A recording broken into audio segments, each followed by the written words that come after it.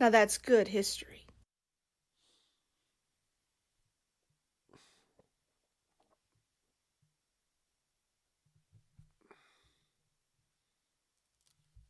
Welcome back to A Toast to History. Today is John Tyler's birthday, so it's John Tyler Day, everybody. Now, I know he was a very controversial president, but as I've said from the beginning of this show, every man deserves a toast on his birthday, and our 10th president deserves one as well. So, pull up a bar stool, grab your favorite beverage, whether you've been here for a while or you're new to the show.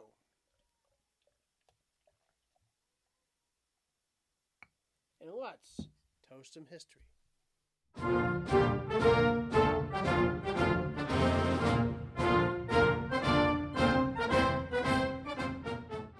John Tyler was the 10th President of the United States. He was also the 10th Vice President of the United States. He was a U.S. Senator. He was the pro tempore of the U.S. Senate. Now, what that is if the Vice President is not there to oversee the proceedings, the pro tempore goes in there and does it for him. He was Governor of Virginia. He was Chancellor of William and Mary College. And he was captain of the Virginia Militia, also known as Charlestown Rifles. John Tyler was a very controversial president. One of this stemmed from his early beginnings. His father was very staunchly against the federal government. He favored more of the states' rights. So, later in life, when Tyler gets to be presidency, this is where he gets it from. He favors states' rights. After his presidency, the Civil War breaks out. And where does he favor? Virginia, who goes with the South. And he favors the states' rights, which was what they're fighting for. He would also study law early in life and also economics. He would have 2 marriages and produced 15 children from these marriages. 14 of them lived to adulthood. It was very rare at the time you'd have that many children. That also made it that far into adulthood. John Tyler's presidency, needless to say, was a roller coaster ride if you've ever read it. William Henry Harrison, the hero of Tippecanoe. Tippecanoe and Tyler too go into office. Yay, everybody's happy. The Whigs won. Everybody's on the bandwagon. Woo, with your hard cider. If you didn't see my William Henry Harrison, it's probably best to go do that one. Harrison has the longest speech in presidential history, the longest inaugural address. He talks for almost 2 hours. He dies. So now, everybody's kind of confused. What happens? This has never happened before. The president is dead. What are we going to do? So, in a desperate, quick act, they swear Tyler in as the next president of the United States.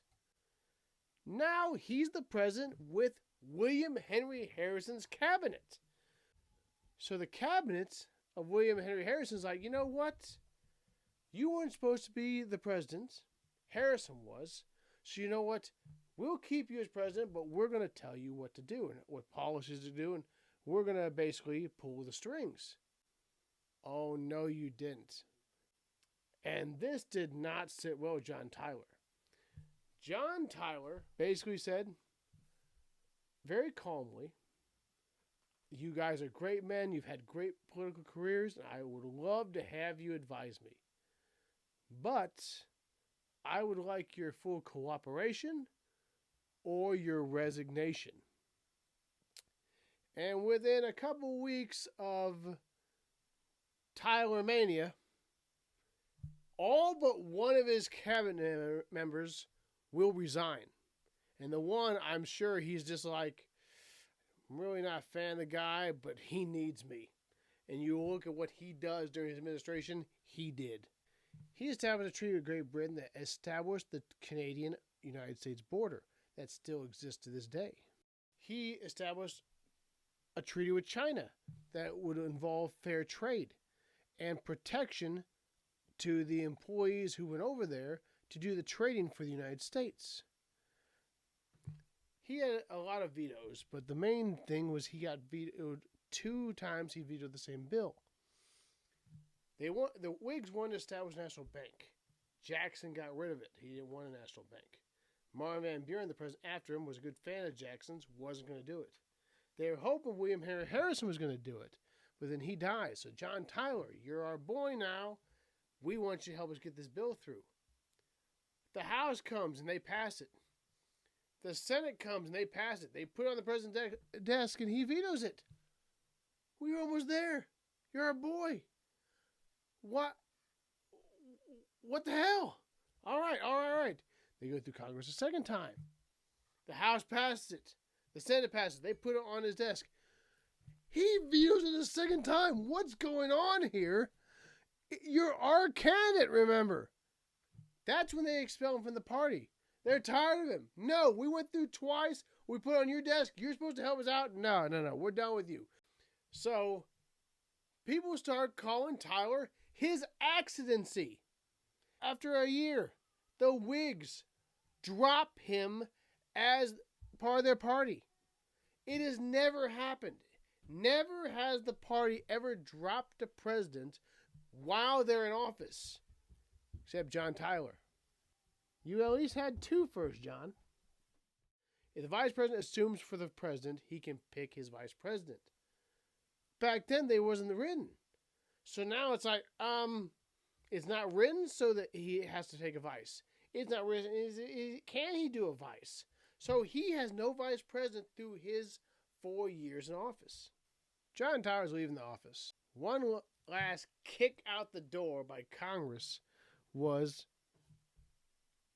he vetoes a small shipping bill that didn't really matter too much to anybody.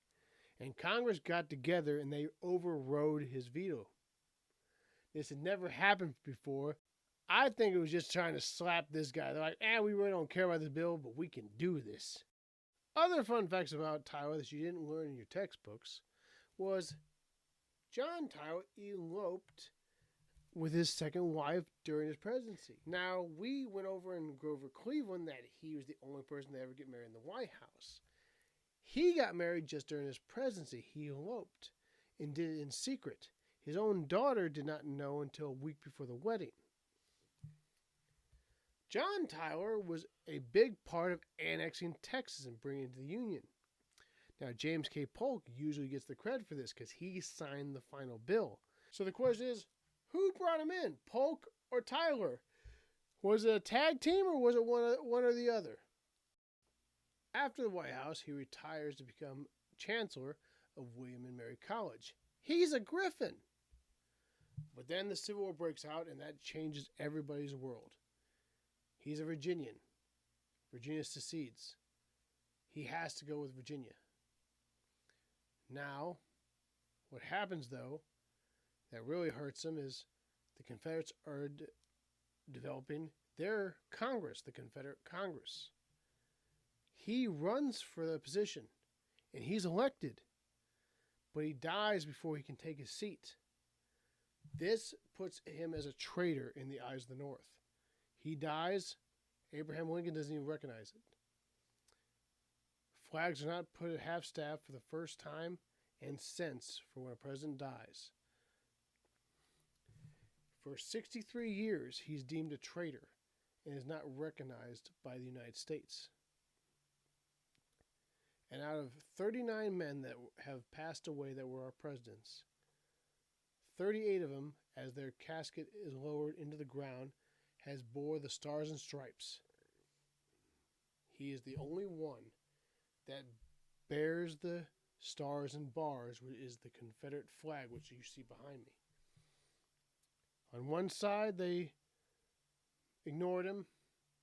On the other side of the Mason-Dixon line, he had a 150 carriage procession, and they celebrated the man's life. It shows what war can do to a country. It devastated this country for 4 years. And even after the war was over, for 63 years, we've had 45 men that were president of this country. For 63 years, it divided one of our presidents from his own country. I'm glad to tell you today that he has been brought back. he's come home. Yes, he was controversial.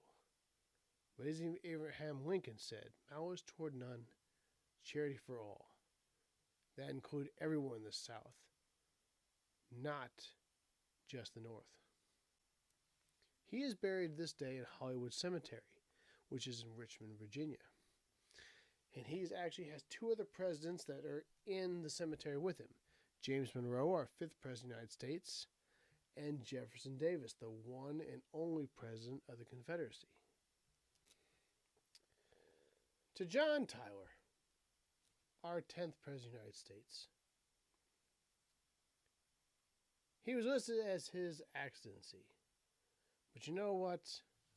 To any man who takes on a job that he was not prepared for, to any man who likes to make his own name and his own mark on history, that's what this man did.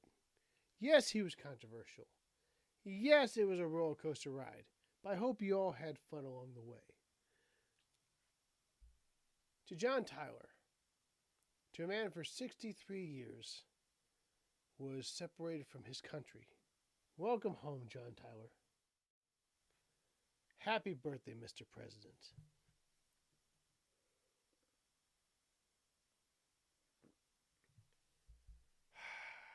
Now that's good history.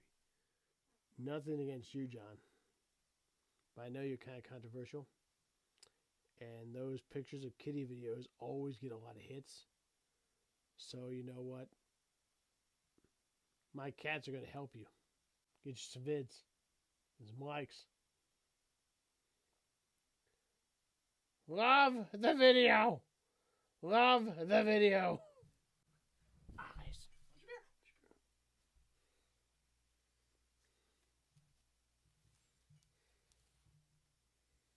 Everyone out there. Everyone out there. This is what I call a catastrophe. Oh. Oh. Oh. Well, I at least have one like for this video. Oh.